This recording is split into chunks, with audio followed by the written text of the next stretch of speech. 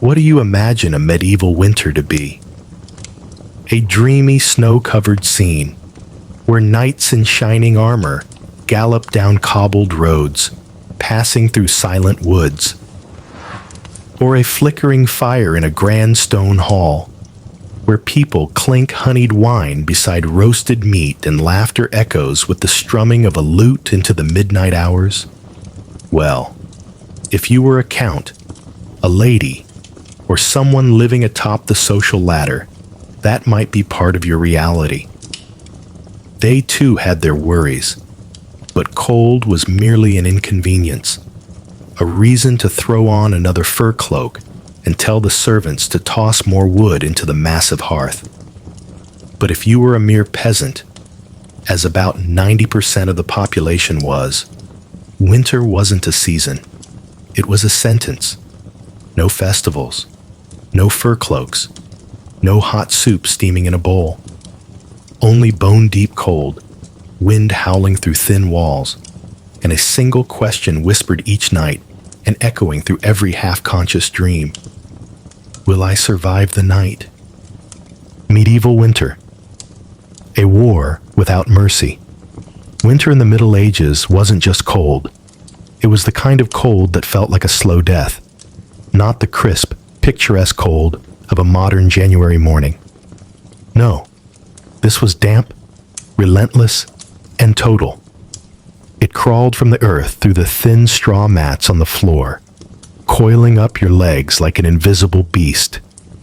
It blew through torn thatch roofs, dragging with it the scent of mildew and despair.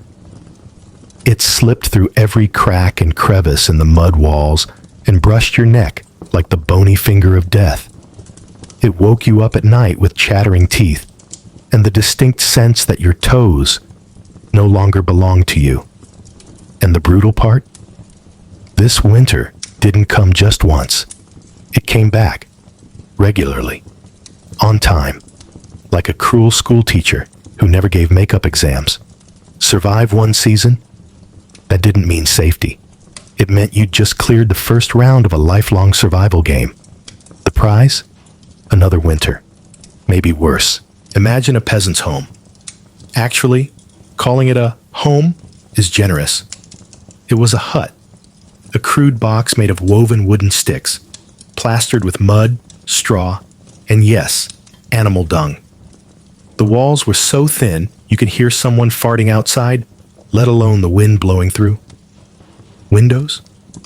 If there were any, they were just holes stuffed with sheepskin or thick cloth. No glass, no curtains, and of course, zero insulation. The roof? A thatch of straw. Sounds romantic, but in reality, it was a playground for rats, sparrows, and the occasional wild ferret. In summer, it dripped water on your forehead.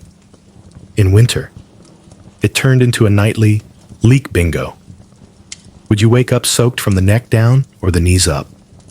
Place your bets. The wind? It didn't just blow outside.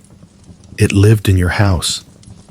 An uninvited guest that never left, gliding over your skin while you tried to sleep, snuffing out your only flame, making your breath sound like weeping. Think war only happened on battlefields? To a medieval peasant, war was at the doorframe, in the wall crack, in the roof hole where a cat had jumped through last fall. They stuffed whatever they could into gaps. Rags, moss, dry grass, cow dung, even clumps of hair if someone had just cut theirs. Rural engineers were endlessly creative. Some even stuffed chicken feathers into holes to stop the draft. Winter home repair?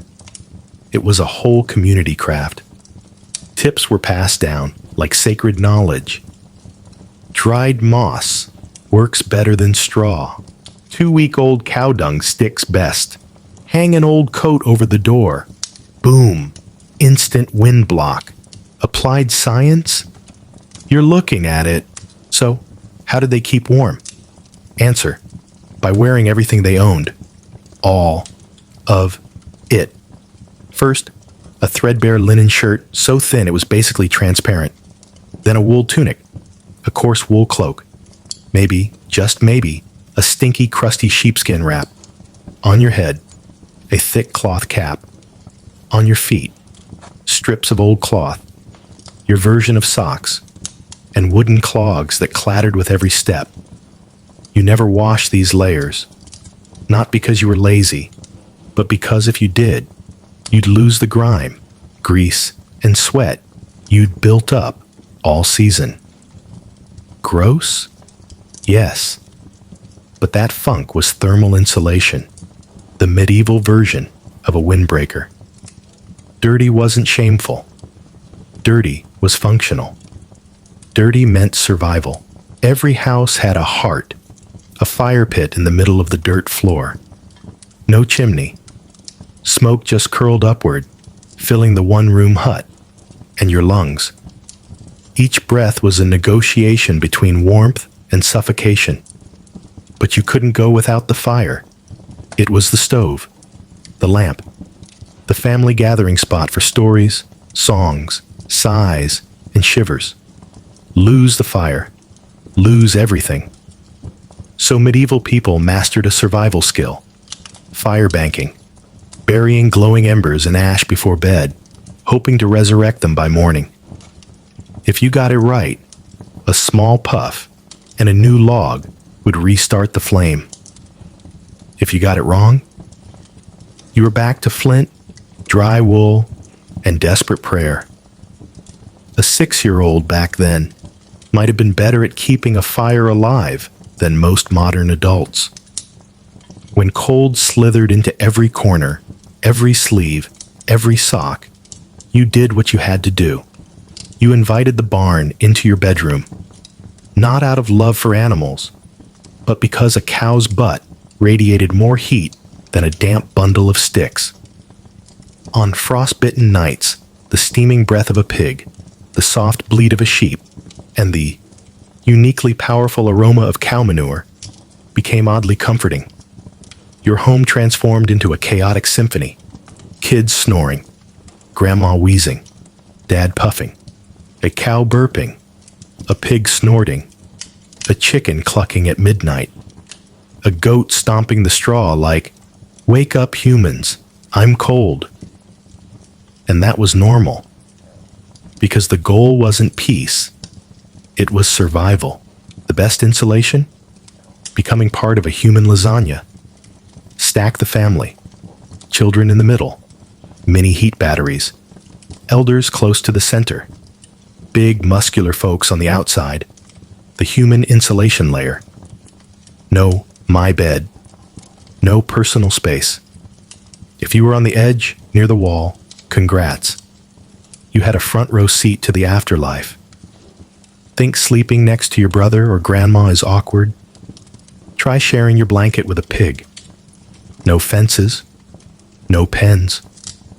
Sometimes you'd wake up with a chicken on your head, like it belonged there. Your world was a soup of humans, animals, straw, smoke, and many, many odd sounds. Eat big, eat fatty, eat heavy. The unofficial motto of every medieval household. Why? Because digestion generates heat, a busy stomach, a little furnace in your belly, and that might be the only thing between you and hypothermia. If it was, 10 to go outside and 8 to get inside, even breathing could be fatal. Mouth breathing brought cold air straight to your lungs. One-way ticket to the grave. So kids were taught early. Breathe through your nose. Slow. Controlled. Some wrapped wool scarves around their faces while sleeping. DIY cold air filters. You'd wake up to a damp, weird-smelling rag. But at least you weren't coughing up your lungs. Two of the best winter inventions back then? Hay box, a straw-lined box. After cooking porridge, place the pot inside. Close the lid. Hours later, still warm. Who needs a microwave? Heated rocks. Roast a rock in the fire. Wrap it in cloth. Toss it in bed. Boom. Stone Age hot water bottle. Warm till morning. Unless a chicken steps on it. Fire hazard? Sure. But when the choices were freeze or risk a spark, the answer was obvious. When fire died, wind screamed through the walls, and there was nothing left to burn but hope. People turned to one last energy source: faith. Not vague faith, but desperate, specific, personal whispers.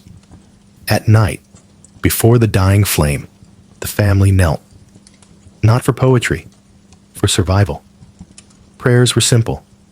Please, Lord, keep the roof from falling. Keep the straw from molding. Please save my toes, at least the big ones. Funny? Maybe. But in the cold that numbed your bones, those prayers became invisible blankets. They didn't warm the skin, but they held the heart together. They had patron saints for everything. Saint Blay for sore throats, Saint Lawrence for the poor, Saint Nicholas for emergencies. Some families sprinkled holy water around the stove to ward off ghost winds. Others drew crosses on the doors. In a world where death hovered like fog, faith wasn't just religion. It was a survival tactic. No one asked, "Is God real?" Only the well-fed had time for that. For peasants, every second was a wager between life and death. And if whispering to the sky helped you fear less, freeze less, feel less alone, then whisper you did. And even then, some winters won. Like the Great Famine of 1315. Years of nonstop rain, crops rotted, stores emptied, people boiled shoes, cooked rope. Whole villages vanished, not from war or disease, but from hunger and frost. Death didn't come dramatically. It crept in. Quiet. Polite. By spring, neighbors would find homes where families sat huddled in the dark, frozen, still, together. They didn't leave each other. They just couldn't go on. The legacy of the nameless look around your modern home. Thick walls, double-glazed windows, warm floors. You're standing on the bones of survival. No one remembers the names of those who stuffed moss into walls, banked coals under ash, wrapped hot stones in cloth. But they lived. They endured. They passed down skills, instincts, resilience, so humanity didn't vanish in the snow. They weren't heroes. No swords, no armor, no legends, but every scarf tied around a child's neck, every lump of manure pressed into a wall crack, every turnip halved for a neighbor, every ember buried in ash. That was courage without a medal. You don't need to relive their winters to understand them. Just listen to the wind, feel your warm blanket, and remember, someone once froze so you wouldn't have to. Ever wondered why we're even here today? It wasn't science. Not yet. Not at first. It was a man who didn't fall asleep while guarding the fire. A woman who shared her last loaf of bread. A child who kept fighting even when their fingers turned blue. You're here reading this because of them. Your ancestors might not have built cathedrals or carved bells, but they left behind the stones under doorways, the worn wood from 100 winters leaning on it, handprints in dried mud where they sealed the walls. No statues, just crumbling thatch. But that was the legacy of defiance. Every time your grandparents spoke of the old days, maybe they were remembering those brutal winters, ones they or their parents barely survived. Where you see warped walls, they saw what kept us alive. Where you smell must, they remember the fire's scent on winter nights. Where you see poverty, they saw paradise, because at least it wasn't a frozen grave. Now, you have heated homes, thermal jackets, supermarkets, and the internet. And yet, some days still feel darker than any winter. On those days, remember, they had nothing, but they lived. They used smoke to scare off lice, pork fat as moisturizer, ash as a heat battery. So you, with all you have, can be stronger than you think. People say we're creatures of light and hope. But if you study history closely, you'll see. We are made of soot, straw, and the will to not die. We're not the strongest species, not the fastest, not the fiercest, but we share heat. We protect each other. We tell stories through the dark, and that is why we survived. Next time you pull a warm blanket over yourself, imagine every thread is a whisper from the past. We didn't give up, so you could sleep in peace. Next time you turn on the heater, remember the smoky fire pits of a million ancestors, exhaling their last breaths to keep their children warm. Next time you see winter as just a pretty photo backdrop, be grateful you never had to choose between freezing or dying. Winter didn't lose. It took many, but we grew stronger, not just with machines, but with heart, with love, with memory. And if you, dear reader, are facing the winter of your life, where everything feels bleak, cold, and breathless, remember, you are not alone. You are the descendant of those who mixed dung with mud to keep the roof from caving, of those who lit fires in the wind, patched walls with bare hands, and clung to hope through 1,000 nights. You are the child of countless undefeated winters, and now you are the one keeping the fire. Anne Boleyn, the flame that challenged the crown. There are names that, when spoken, make history pause for a beat. Not because they triumphed on the battlefield, not because they reigned long or peacefully, but because they, somehow, changed the course of an entire era through the sheer force of their brief existence. Anne Boleyn is one of those names. She had no army, no throne of her own, no absolute power, and yet, with a single glance, a smile, and a refusal to become someone's mistress, she drove a king to madness. She fractured the Western Church. And even after her head fell beneath the executioner's blade, her memory still burns in the hearts of those who remember. Anne did not come from royal blood. She was not born to wear a crown. But fate, or perhaps her own will, rewrote that destiny. She was not the Tudor rose people had hoped for.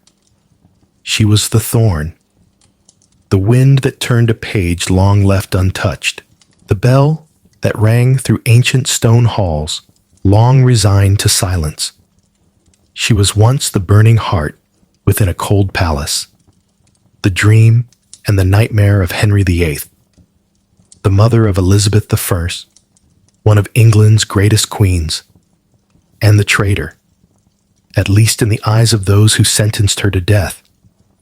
A life that did not even span 3 decades, yet left a gash across the golden scrolls of history. Not because Anne sought to change the world, but because once the world met her, it could never be the same.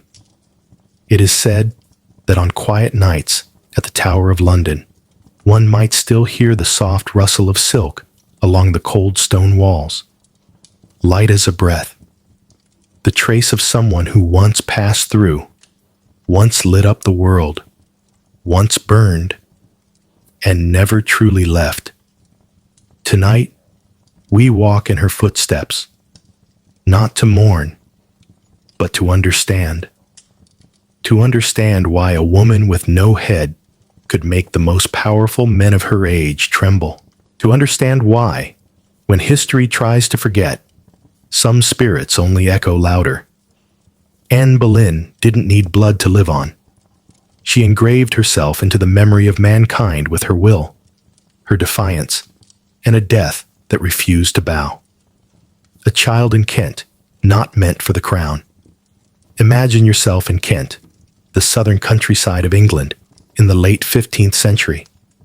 The air is quiet, thick with the scent of moss and old stone. On a gentle green slope, Hever Castle rests beside a slow-moving stream. Its red brick walls aged by time, its narrow windows glinting with the last rays of afternoon light. And somewhere inside, near a modest hearth crackling softly, a child leans over parchment, struggling to write her name in shaky, uneven letters. That name was Anne Boleyn. No one knows for certain what year she was born. Maybe 1501, maybe 1507. But one thing is clear. She was not born to be a queen. Her father, Thomas Boleyn, was a rising diplomat, clever, ambitious, climbing quickly through the ranks of court. Her mother, Elizabeth Howard, came from noble blood, tied to powerful families woven into the chessboard of Tudor politics. But Anne, she was the second daughter, not the heir, not the cherished jewel raised for royalty. She was taught to read, to write, to sew, like every other noble-born girl. But from an early age, Anne showed she was different. They said she was not beautiful by the day's standards, not fair-haired and round-eyed like the angelic ideal. Instead, her eyes were dark and slightly slanted, sharp as blades, unsettlingly intense. She had a face that did not ask for approval. She had a look that didn't obey.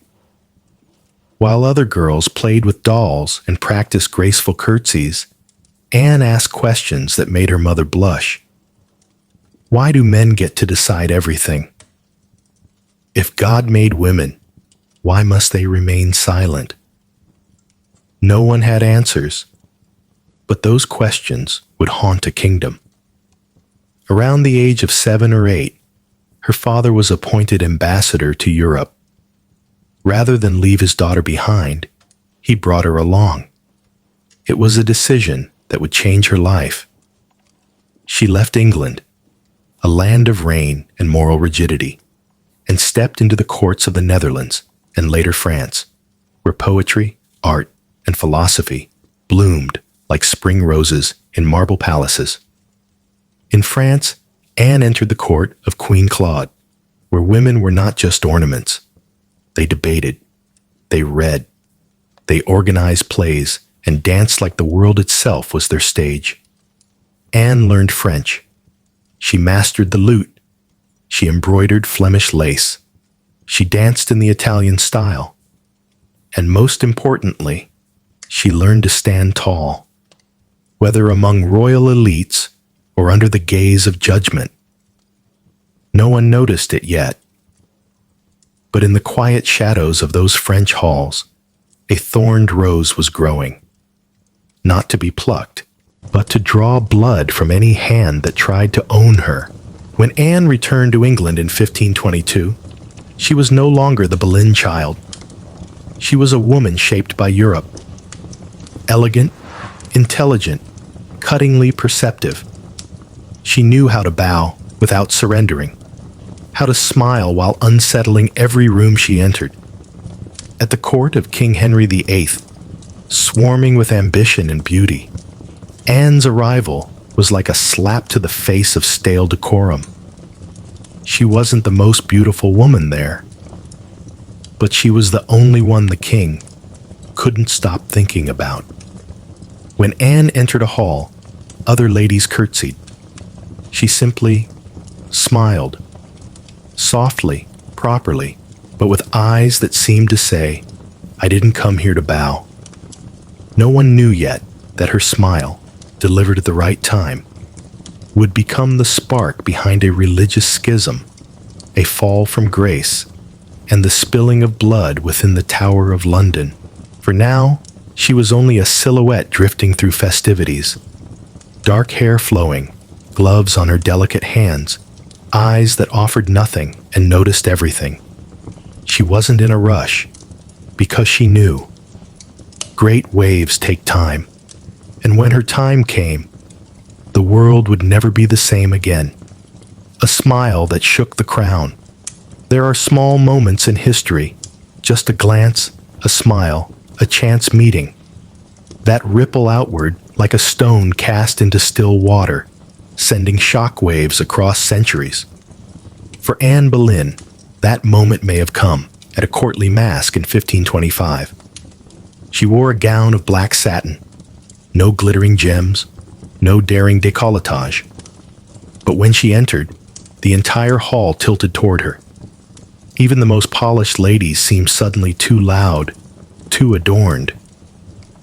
She stood out by holding back, and in the shadows, a pair of royal eyes followed her. The eyes of King Henry VIII. He was no longer the young prince of ballads and songs. At nearly 35, Henry was still commanding, tall, broad-shouldered, magnetic, but increasingly haunted by one fear. He had no son. Queen Catherine of Aragon had borne him daughters and miscarriages. Only one child, Mary, had survived.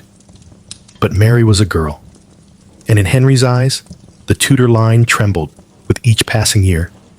Between dynastic anxiety, whispers from Rome, and the looming question of legacy, Henry was a fuse waiting to be lit. Then, he saw Anne. But here's the twist. Anne had no desire to become the king's mistress. Her older sister, Mary Boleyn, had already worn that crown, briefly. Sweet, gentle Mary had been discarded like a used token. Anne had watched and learned. She refused Henry's advances. She sent no letters, made no late-night visits to his chamber. The more he wanted her, the more she stepped back. She became a labyrinth, and he was lost inside it. Anne understood something dangerous. If she gave herself to the king, she would be a footnote, a momentary pleasure, replaced by someone younger, fresher, more willing. But what if she could make him marry her? An unthinkable idea. She had no royal blood, no kingdom. And Queen Catherine wasn't just a consort. She was the aunt of the Holy Roman Emperor. Impossible? Perhaps. But Anne also knew. Impossible is just the name we give to what hasn't been done yet. So the game began. Not a game of seduction, but of restraint. Each glance was deliberate. Each letter perfectly crafted, clever, teasing, just distant enough to drive the king mad. Henry, used to obedience, was now forced to pursue a woman who did not need him. And that made him burn. He wrote letters. He sent rings. He promised divorce. Anne accepted the tokens. But her reply? I am a woman worth more than any bed. A slap made of silk. And Henry fell harder. The court whispered, a woman daring to challenge the king? To reject royal desire? The noble women mocked her, called her witch, ambitious, arrogant. But in Henry's eyes, she was irresistible. No longer infatuation, obsession. Henry took action. He petitioned the Pope for an annulment from Catherine, something unheard of for a reigning queen. But the Pope, under pressure from Spain and the Church, refused. And so, Henry rebelled, because of a woman's eyes, because she had once said, I will not come to a man who already has a wife. What began as desire became a religious crisis. Henry began to consider the unthinkable, breaking England away from the Roman Catholic Church and crowning himself head of a new faith. This was no longer a love affair. This was revolution, fueled by a woman's silence, by one well-timed no. From a soft smile on a cold corridor floor, the destiny of England began to tilt. And the woman who set it in motion, she still held no crown, no title. But in the eyes of the king, she was the future. And in the eyes of the watching world, she was the storm. For those who dare deny power are the very ones who force power to reshape itself. The queen, without a crown. There were no trumpets, no cathedral bells ringing, no crowds lining the cobbled streets. When Anne Boleyn became Henry VIII's wife, if it could be called a wedding, it happened in secret, in haste, not beneath stained glass, but behind closed doors, not beneath heaven's blessing, but in defiance of it. It was January 1533. Queen Catherine of Aragon was still alive, and to the church, still his lawful wife, which meant Anne was not a queen. She was the other woman, the symbol of scandal, the fracture in England's soul. But to Henry, Anne was salvation, the promise of a male heir, the new beginning he had fought the Pope to win. By September that same year, Anne gave birth, not to a prince, but to a daughter, a small, squirming, wide-eyed girl with her mother's fierce spirit. Her name was Elizabeth, and the world sighed. No great feast, no royal pilgrimage of thanksgiving, no outpouring of support from the nobles or foreign courts, just silence. And a creeping question that hovered above every whispered greeting, every stiff curtsy, every narrowed glance. Is that all? Anne felt the chill, not just of winter, but of hearts hardening. She was not blind. She saw the sideways glances in the great halls, heard the rustle of silk shifting away from her presence. She felt the absence of joy, not because she wasn't noble enough, but because she embodied change. And change, even when peaceful, terrifies those who benefit from the past. And so, Anne endured. She fought to keep Henry's love as it began to cool. She navigated a court thick with enemies. She clung to hope that Elizabeth would be enough, that a daughter might one day rule, that love could outlast tradition. But this marriage, unblessed and unwelcome, was not a coronation. It was a storm. And Anne? She was no longer just Henry's obsession. She had become a wife, a symbol, and for many, a threat. To marry a man who had once been married is to inherit more than a husband.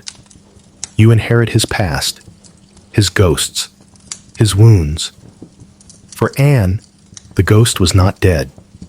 Queen Catherine of Aragon still lived, and in the minds of many, she remained England's true queen. People still prayed for her, the shadow beside the throne. To marry a man who had once been married is to inherit more than a husband. You inherit his past, his regrets, his ghosts. And for Anne Boleyn, that ghost was still alive, breathing, watching, judging. Queen Catherine of Aragon had been cast aside, stripped of her title, banished from court. Yet in the hearts of the English people, she remained the true queen. In churches, her name was still whispered in prayer. In hidden letters, she was still the Lady of England. And Anne, crowned though she was, could feel it. She could feel the weight of glances that avoided her eyes, the stiff, insincere bows, the way servants murmured Catherine when they thought no one heard. But Anne heard. She always heard. Henry, for all his public proclamations, carried Catherine in a hidden corner of his heart, not out of love, but guilt. Whenever Princess Elizabeth fell ill, he would mutter Mary's name, Catherine's daughter. Whenever chaos stirred in court, He remembered how Catherine had steadied his rein. Anne, as sharp as she was still human, still a woman, still vulnerable to a kind of jealousy not aimed at the living, but at the indestructible image of a queen who had become a martyr. There were nights Anne lay awake, not because of state matters or the king's distance, but because of a recurring dream. She stood alone in the royal hall, crown upon her head, but everyone had turned their backs. At the far end of the room sat Catherine, draped in her deep blue velvet gown, silent, yet somehow commanding every soul in the chamber. Though Anne wore the crown, she never truly sat securely on the throne. The ghost of Catherine was not a person. It was a warning. That legitimacy wasn't just a legal status. It was a matter of the heart. And Anne had never been truly accepted. In January 1536, Queen Catherine died, alone, far from court, far from the man who had once called her my dearest heart. When news reached the palace, rumors claimed Anne rejoiced, that she wore yellow, the Spanish color of mourning, as a mockery, that she celebrated in song. But another version of the story says Anne locked herself away for the entire day, that behind her closed chamber door. There was no joy, only silence, not of triumph, but of strange, aching emptiness. For though her rival was gone, the shadow Catherine left behind refused to vanish. At last, Anne had the crown. No more rival queen, no more legal debate. But something had changed. Henry's passion had cooled. The fire that once burned with longing was now little more than warm ash. And in that quiet, another figure emerged, Jane Seymour, the silent drift. When the flame begins to die, Anne Boleyn's place on the throne, already precarious due to her inability to produce a male heir, began to falter with every passing day. And King Henry's heart, always restless, always yearning for something new, started to drift, not with scandal, not with sudden betrayal, but with slow, quiet erosion, like a fire burning low in a hearth that no one bothers to stoke. At the center of this shift stood a woman named Jane Seymour. Jane was not fiery like Anne. She did not dazzle or debate. She did not challenge kings or change destinies with her words. She was still, soft, pale as porcelain, humble to the point of vanishing. But that humility, that quiet, fragile manner, became the perfect mirror for everything Henry thought he lacked in Anne. With Jane, there were no arguments, no resistance, no sharp glances that made him feel small. Anne noticed. Of course, she noticed. She began to lose sleep. Her temper grew short. She barked at her ladies. She questioned even the most loyal of allies. The first crack in her armor of confidence became a spiderweb of paranoia across the court. And her enemies, the ones she had once outwitted and outshined, returned with the patience of wolves circling a wounded deer. Among them stood Thomas Cromwell, once her ally, now the architect of her ruin. Cromwell understood one truth better than anyone. Anne was no longer an asset. She was a liability, a political burden, a complication Henry no longer wanted, nor needed. And if she could not give the king a son, then she was simply in the way.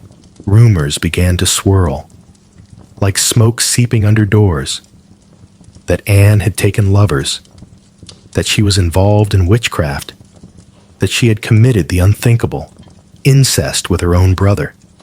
It was absurd, outrageous, but well-placed whispers do not need to be true. They only need to be timed, planted in the right ears, watered with just enough fear. And when the soil of royal doubt is already fertile, lies grow like weeds. Anne, the woman who had once defied the Pope, was now being recast as a traitor to the crown. She was no longer Queen Anne in official documents. Banquets were canceled. Her name, once spoken in awe, was now avoided. Or worse, spat out with venom. Somewhere deep down, Anne understood. She was losing a world she had once conquered, and the most terrifying thing was not death. It was being erased, forgotten, cut out of a story in which she had once been the main character. One day, walking the stone corridors of court, she saw Jane Seymour by a window. Neither woman spoke, neither bowed, no glances exchanged. But in that silence, Anne knew. Her time was nearly up. The trial, a crown crushed by silence. It was a grey May morning in 1536. The Tower of London, as cold and damp as ever, seemed to hold its breath. Not for a visiting dignitary, not for a war hero, but for a queen. Anne Boleyn was brought forth, not to be honored, but to be judged. Alongside her came 5 men, 3 courtiers, 1 court musician, and her own brother.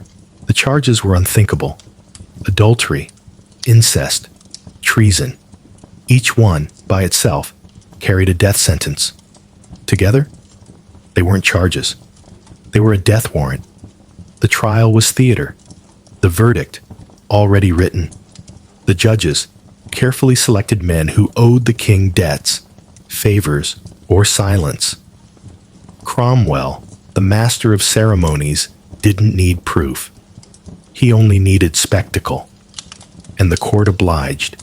Anne entered the courtroom in a simple gray gown.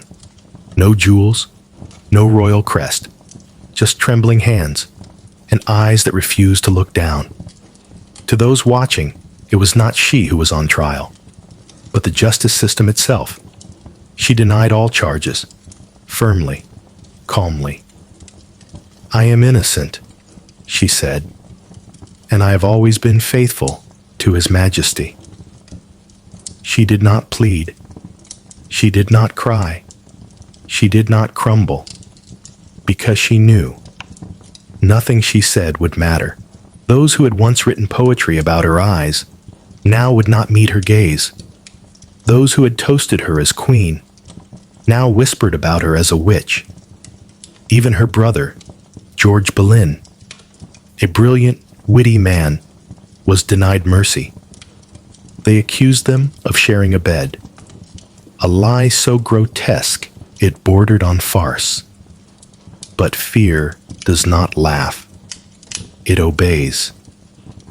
And silence, in a court filled with men too afraid to speak truth, was more powerful than any sword. The sentence came like thunder in a vacuum. No cheers, no gasps, just the thud of the gavel and the quiet turning of backs.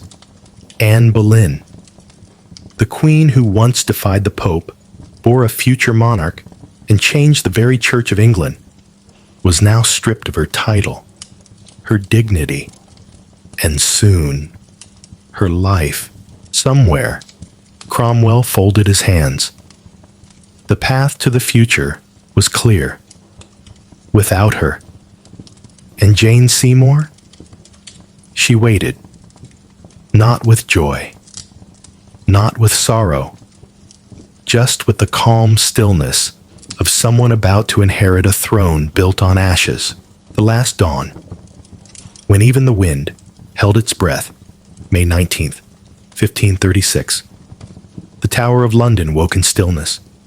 Not the usual sleepy quiet of a foggy English morning, but a silence so complete it pressed against the stone walls, as if even the ravens dared not caw, as if the very wind was holding its breath.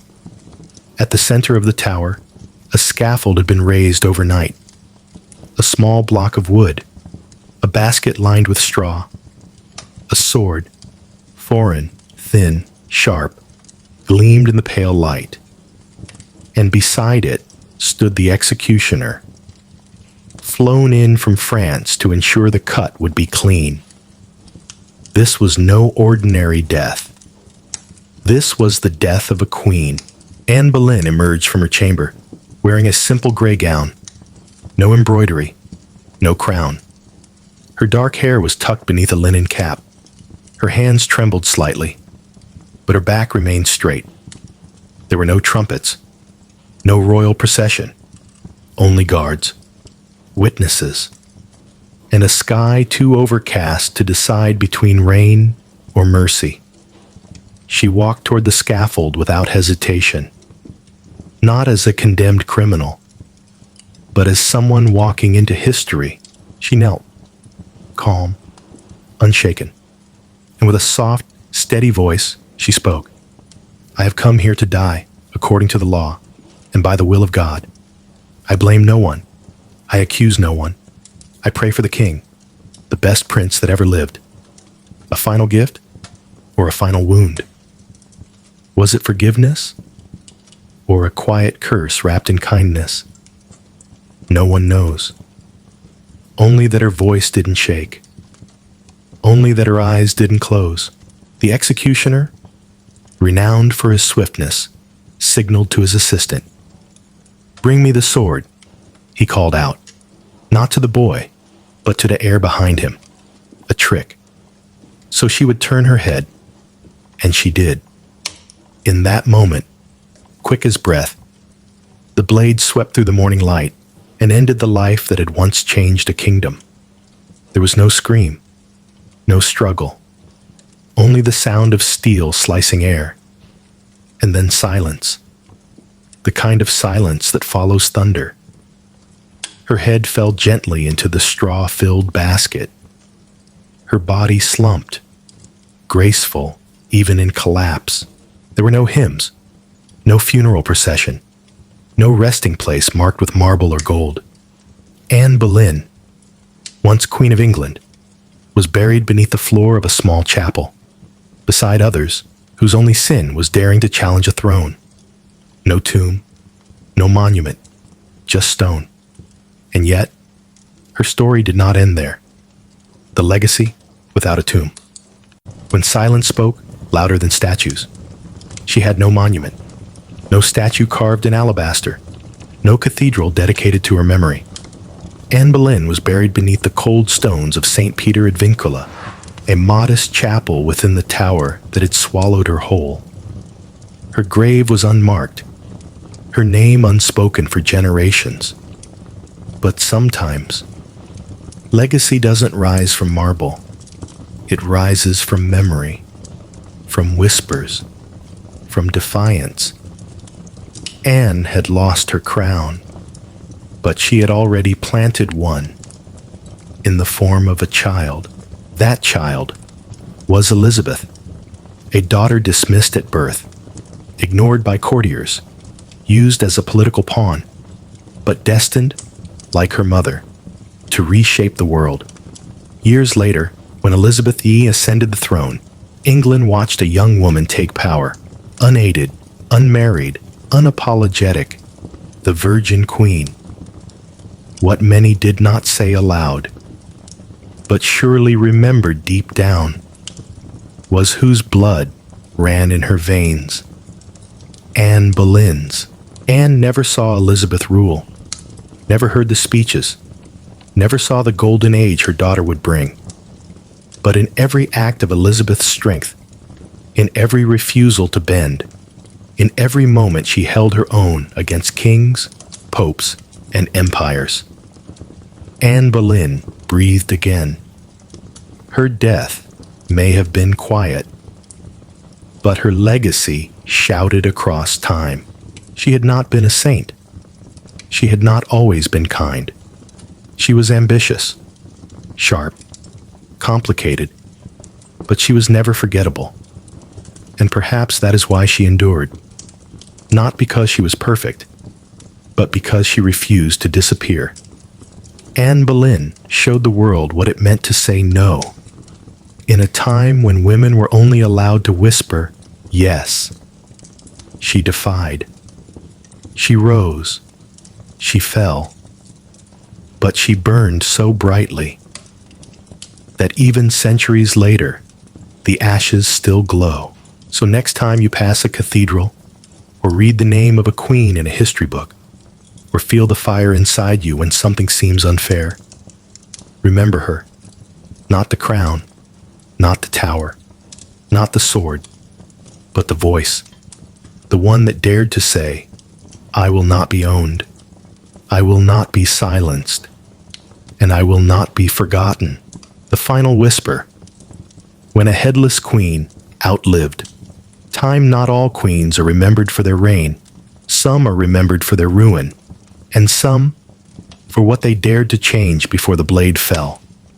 Anne Boleyn's life was short, her fall violent, her grave bare, but her echo endless. She had entered court as a second daughter. She left it as a storm, not because she ruled long, but because she interrupted the rhythm of power. She asked the wrong questions, loved the wrong king, spoke at the wrong time, and in doing so, she rewrote the fate of a kingdom. Centuries passed. England changed. Towers crumbled. Crowns were passed. But her name never truly faded. It lived in the amber eyes of Elizabeth, in the fire of women who would not sit silently again, in the books that dared to tell her story with truth, not just as a seductress or a traitor, but as a woman of terrifying clarity in a world of polite obedience. Some say her ghost still walks the tower, that on certain nights a soft rustle of silk drifts through the halls. No scream, no moan, just the presence of someone who refuses to be forgotten. Perhaps that's true. Or perhaps the real haunting is in us. Every time we ask a dangerous question, every time we stand too tall in rooms not built for us, every time we choose integrity over safety, Anne walks with us, not as a victim, not even as a queen, but as a voice, a flame, a whisper that outlived the sword. So tonight, as you drift into sleep beneath your warm blanket, know that long ago, in a cold, silent tower, a woman knelt for the last time, not with fear, but with dignity. And in doing so, she lit a path that still flickers through history. Sleep now. And if you dream, may you dream of courage, of fire that cannot be silenced, of a crown made not of gold, but of will. And should you ever wonder if your voice matters, think of hers. A whisper that shook a throne. You've just listened to the story of Anne Boleyn, the flame that challenged the crown. Thank you for spending this quiet evening in her memory. We'll see you next time, beneath the veil of time and dreams. Story 3. Caral, the peaceful city buried beneath the sand for thousands of years, in the heart of the Satura Desert, where sand and wind have long forgotten how to count time. There lies a land that seemed destined to sleep forever beneath the blazing sun and the parched breath of the earth. Here, the wind is not just wind. It is an ancient whisper, an echo of a lost civilization, as though the desert itself is telling those who dare to listen about a secret never written in history books. That place is called Caral. There are no watchtowers, no deep moats, no signs of war or rebellion. Only earthen pyramids, circular plazas built for sacred gatherings, ruins buried beneath layers of dust, and a haunting question that has puzzled archaeologists. How could a city exist for thousands of years without the sword? No one expected that on the lands of present-day Peru, over 5,000 years ago, there had once been a flourishing civilization, contemporary with the pyramids of Giza in Egypt. yet without mighty emperors or bronze war chariots. There were no thrones, only the rhythm of rituals, flutes made from bird bones, the flickering of ceremonial fires during harvest festivals, and people who seemed to have chosen peace as their path to survival. Not because they were weak, not because they were ignorant of war, but perhaps because they had decided it wasn't necessary. Caral is a beautiful paradox in human history. When most ancient civilizations are remembered for conquest, struggle, and bloodshed, Caral stands as a vivid testimony that another way was possible. A way not based on fear, but on community. Not rooted in absolute power, but in collective wisdom. Not built with blood, but with trust. And the strangest thing is, they succeeded for over a millennium. From the heart of arid soil, Caral did not build walls. It built pyramids. It did not dig trenches. It opened plazas. It did not map out battlefields. It wove cords known as quipu to record, communicate, and connect people. How did a city with no weapons, no army, no fortress become one of the earliest cradles of civilization in the Americas? Could a society have truly advanced without destruction?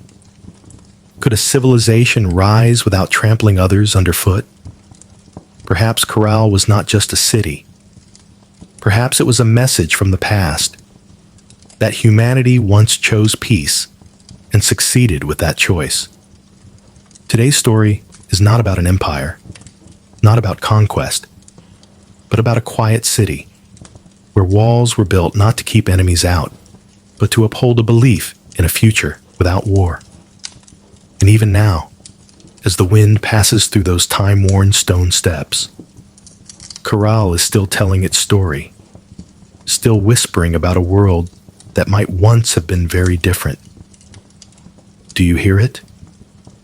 Imagine standing in the Sechura Desert, a barren expanse stretching along Peru's northern coast. In front of you, vast sand dunes roll endlessly, and the wind blows without pause, like an ancient whisper from the past. There is no oasis, no stream, only sand, stone, and a haunting silence. Yet here, in a place seemingly inhospitable to life, a city once thrived.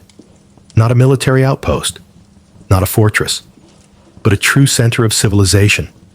A place with monumental architecture, central ceremonial plazas, an organized housing system, and, most astonishing of all, pyramids. Its name was Caral. Caral was not built for war. It had no deep moats, no city walls, and across more than 1,000 years of existence, archaeologists have found no swords, no arrowheads, no armor, no warfare, no signs of invasion, no armed violence. And that, in the context of more than 5,000 years ago, is almost unbelievable. Caral emerged around 2600 BCE, contemporaneous with the Egyptian pyramids, but in a place completely isolated, untouched by the Mesopotamian or Nile Valley influences. This raises a provocative question. How could a civilization develop advanced architecture without war to centralize control? The answer seems to lie in the structure of the city itself. Stone buildings aligned precisely with the rising and setting sun. Circular amphitheaters capable of holding hundreds, not for military drills, but for rituals, knowledge sharing, and community discussions. Traces of musical instruments have also been found. Flutes, made from bird bones, and intricate sound-producing artifacts used in ceremonies. It appears Caral was a culture that prioritized spirituality, astronomy, and music, rather than military might.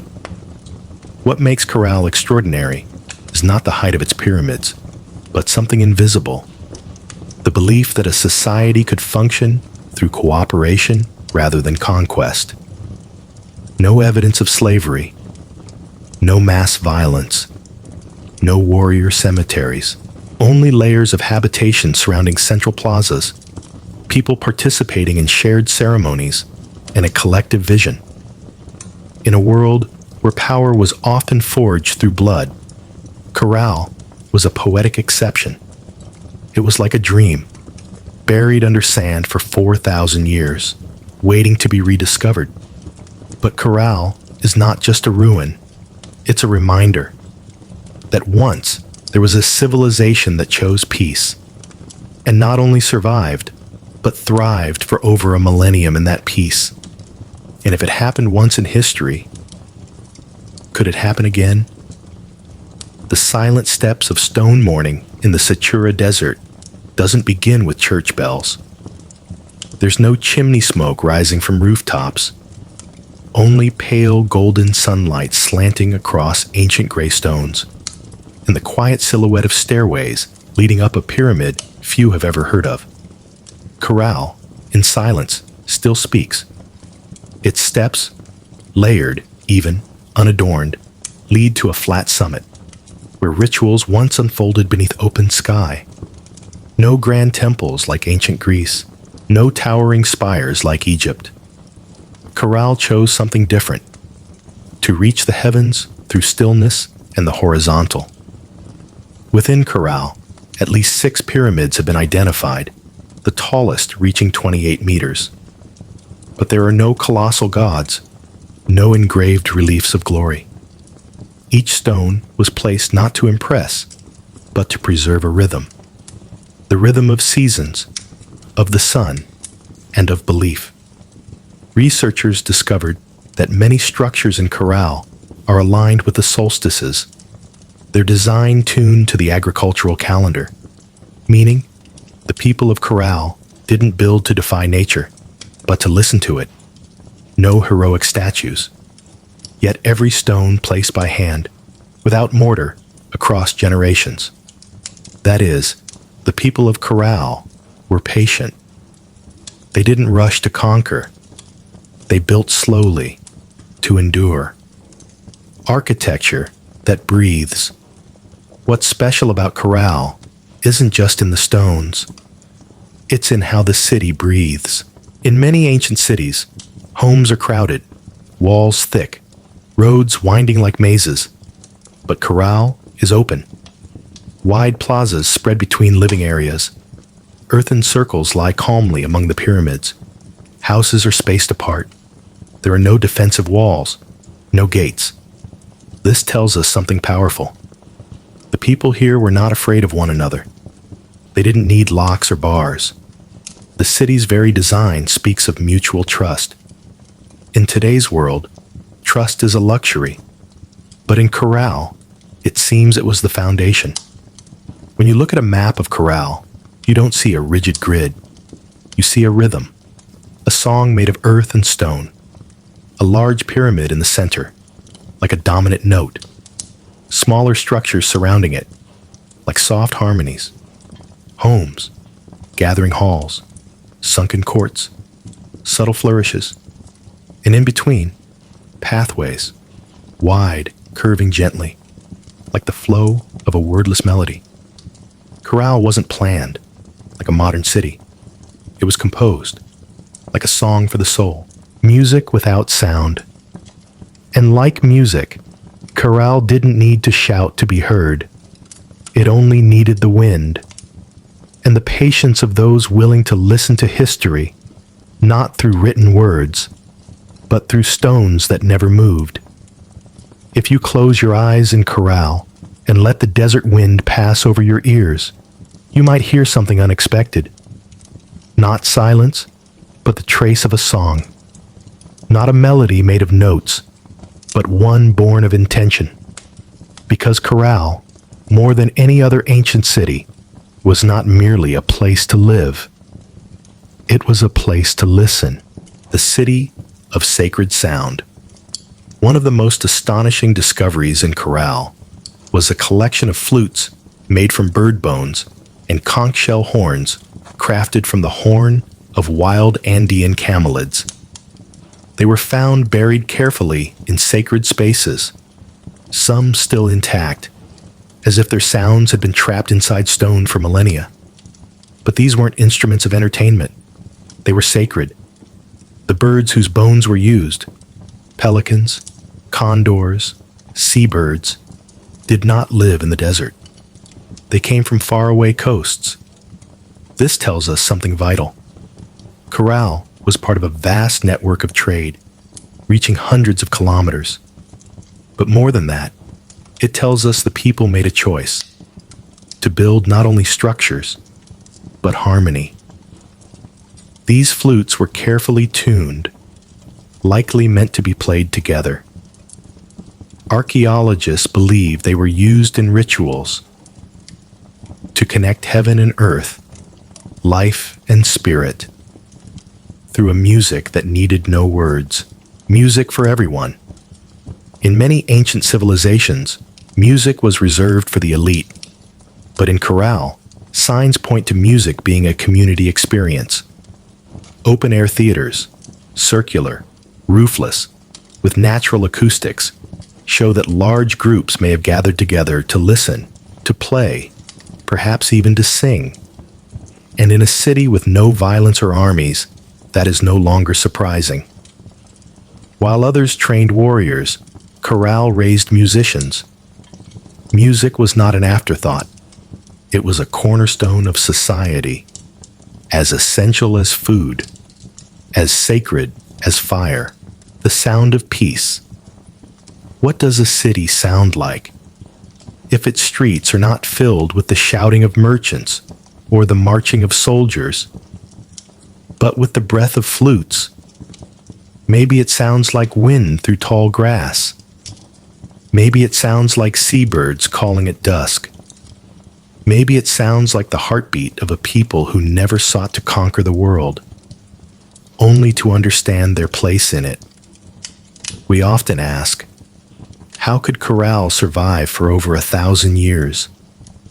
Perhaps the answer is not in the stones, but in the spaces between them, not in what was said, but in what was listened to.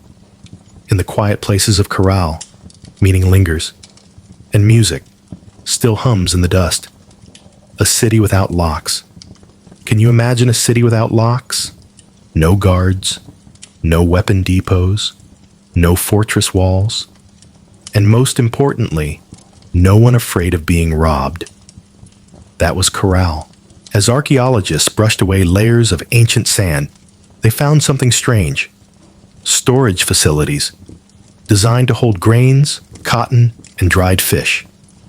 Built with care, but no doors, no iron bolts, no heavy latches, no hidden compartments. Everything was placed high and dry, openly accessible. Why?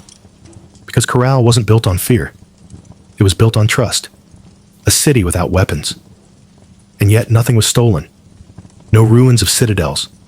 No moats. No lookout towers or defensive strongholds. Instead, wide open plazas, interconnected paths, and storerooms bathed in sunlight. In a world where insecurity leads people to build walls, Caral sowed trust into the ground. No one hoarded. No one hid. Because survival wasn't an individual effort.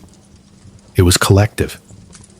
When there was enough dried fish, it was hung up high, so everyone could see. When cotton was harvested, it was piled visibly, easy to carry, easy to share. And no one took what wasn't theirs. Safety didn't come from ownership. You can't build a society like this with orders. You can't command people to trust each other. Trust needs time. It needs memory. And Caral had both. Over generations, people lived together in cooperation. They worked the field side by side. They wove. They built. They played music. They sang under the moon. Wealth didn't reside in gold jars. It lived in the strength of human bonds. When you remember who carried your child home at dusk, when you know who brought bread on the day your wife gave birth, when you've sat beside someone, sharing soup and a song, you don't want to steal from them. Caral built a complex web of kindness and interdependence, stronger than any lock. Trust, carved into architecture. The layout of Caral says it all. No dead ends, no blind alleys. Every path leads to a plaza, a place to gather, talk, exchange. The design whispers, open your heart. Even the grand stairways leading to shrines weren't designed to block intruders, but to make people visible as they ascended. Every step witnessed, not for surveillance, but to let the community be a living mirror of one another. In Caral, people didn't do right out of fear. They did right because they were seen with love. Where don't steal wasn't a rule, but a culture. Perhaps the miracle of Caral isn't in its technology, not in its pyramids, not even in its advanced irrigation systems, but in one shared decision. Do not take what isn't yours. Do not dominate. Do not harm. Maybe they understood a deeper truth. That fear is the greatest thief of all. Fear of being robbed makes us hide. Fear of betrayal makes us suspicious. Fear of loss makes us selfish. But Caral was different. They weren't afraid, because they built a society where giving didn't make you poorer. It made you stronger. The roads of sand and trust Caral was not isolated. It was a thread in a vast network, a breath in the great lungs of ancient Peru, a city not closed off, but deeply connected. When archaeologists sifted through the sands, they found not just stone steps and dusty walls, but seashells from the Pacific, spindled cotton, fishing hooks, and spondylus shells from as far away as Ecuador. But Caral was nearly 20 kilometers from the sea. It had no copper mines, no forests for rare timber. So how did Caral acquire what it needed? The answer is simple and profound. Trade rooted in trust. Cotton for fish, music for salt. The Caral Valley produced something precious in the ancient world. Cotton. Not just any cotton, but long, soft fibers perfect for weaving fishing nets. Strong, supple, and water-resistant. Coastal fishermen needed nets more than they needed pyramids. And Caral needed fish more than it needed monuments. So in elegant balance, Caral offered thread and received dried anchovies and sardines. A perfect relationship. The sea fed the city dressed the sea. It was one of the earliest examples of regional economic symbiosis, long before coinage or markets. But more than that, it was an exchange of rhythms, of culture, of respect. Long roads with no wheels. There were no carts, no horses. Goods were carried on human backs, across narrow dirt paths that snaked over mountains and hugged coastlines. But those paths were more than trade routes. They were cultural arteries. Along them, music, stories, garments, and beliefs traveled, just as much as salt and dried fish. Caral became a gravitational center, pulling in distant ideas, while letting its own culture ripple outward like waves across a desert pond, where rain was a whisper, not a storm. Imagine a place where it rarely rains, where the wind is dry, the sun unrelenting, and the ground is an endless sea of dust and stone. And yet, things grew. In Caral, the impossible happened every day. This civilization didn't rise along mighty rivers like the Nile or the Ganges. It emerged in the heart of the Satura Desert, one of the driest places on Earth. No storms to rely on, no forests to retreat into. And yet, people planted, people harvested, people thrived. Farming, where water is a miracle.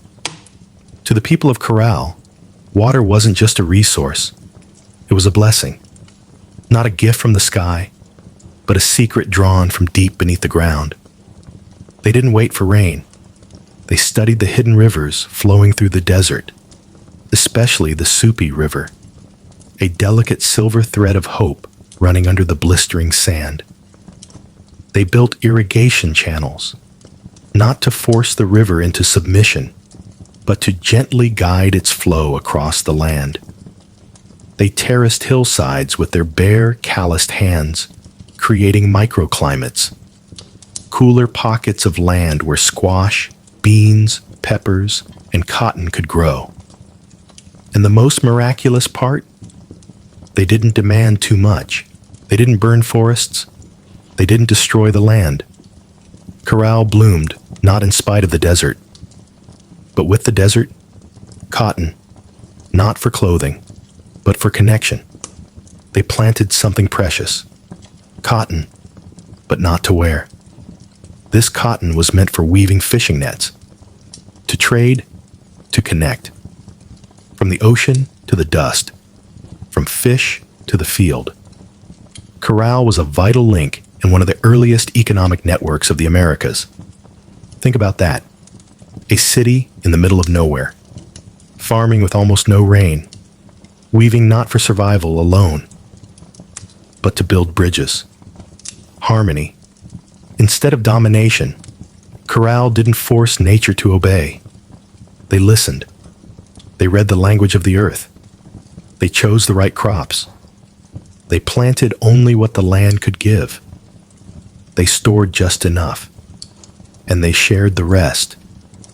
While other civilizations collapsed from overuse of resources, Caral endured for over 1,000 years. Because they practiced restraint. Along the endless river of human greed, Caral was a quiet rebellion. When sustainability was sacred, the people of Caral left no books. They didn't carve laws into stone, but their actions wrote a silent manifesto. Build within the limits of the land. Take only what you can repay. Grow with patience, not ambition. They knew the cost of excess. They understood the fragility of life in a desert. And so, they chose something almost divine. Balance. The desert remembers. Though the gardens have vanished, though the cotton fields lie dry, the wind in Satura still carries a scent. The memory of flowers that once defied the sun. If you listen closely, the wind may whisper, "We made the desert bloom, not with magic, but with wisdom. We didn't build for glory, we built for harmony. And that is why we lived." Fire that spoke without words. Amid the pale stone ruins of Caral, there is something archaeologists can't ignore. Remains of ceremonial fire pits. These weren't kitchens, not kilns for pottery, but sacred places where fire was made for the sky. When smoke carried souls, Caral had no towering temples like Egypt, no carved gods like the Maya, but they had smoke. In circular pits at the heart of ceremonial plazas, they lit flames, not to warm themselves, but to send messages. They burned herbs, cotton, local plants, and the smoke rose, soft, spiraling, pure, into the Satura sky, where no clouds dared to block the path to the divine. There were no pounding drums, no bloody sacrifices, just fire, wind, and people kneeling in silence. A ritual gentle, yet holy. No gods of war, only wind, water, and life. There are no depictions of weapons in Caral, no carvings of combat, no warrior graves, no fortresses. Instead, they found flutes made from animal bones, braided grass ropes, and traces of large communal gatherings around fires, which made scholars ask, was Caral one of the first civilizations to choose conversation over conflict? They didn't threaten with blades. They resolved with rituals. When disputes arose, they gathered, lit a fire, circled together, and waited for the sky to speak. Maybe through a gust of wind, maybe through a sudden leap of flame, maybe through silence itself. A silence that said everything. Rituals woven into daily life. In Caral, there was no separate priestly class. Those who led ceremonies were also farmers, artisans, mothers teaching children to play the flute in the fading light. Ritual wasn't an event, it was breath. When seeds were planted, there was smoke. When weddings were held, there was smoke. When someone fell ill, again, there was smoke. They didn't beg the gods for favors. They simply connected, as if whispering, "We're still here in the desert. We're trying. Every day. Please, listen." Ashes that still speak. Today, scientists dig up those ancient fire pits, and they don't just find ash. They find bone fragments, burn marks on stone, half-charred cotton. They find evidence of a people who bowed to nature, but never surrendered. No wars, no fortresses, no angry gods, just sacred fires, burning softly in the wind.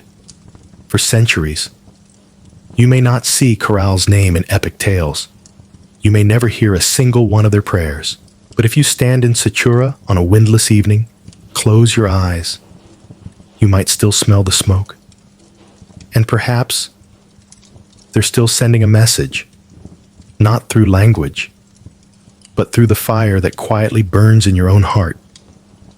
There was no explosion, no fires, no blood spilled on city streets, no invading armies raising flags and unsheathing swords. Caral did not fall like cities in legend. It simply disappeared. When absence speaks louder than ruin, historians search for a war, a collapse, a cataclysm. But they found no scorched walls, no skeletons curled in flight, no mass graves. Instead, they found homes, cleaned, fire pits, covered with care, tools, gently placed, as if left behind intentionally, as though the people of Caral had simply closed the door behind them and walked away. Not destroyed, just departed. But why? Whispers through time. Some believe the climate shifted. The Supe River, the valley's lifeline, grew erratic, drying up or changing course.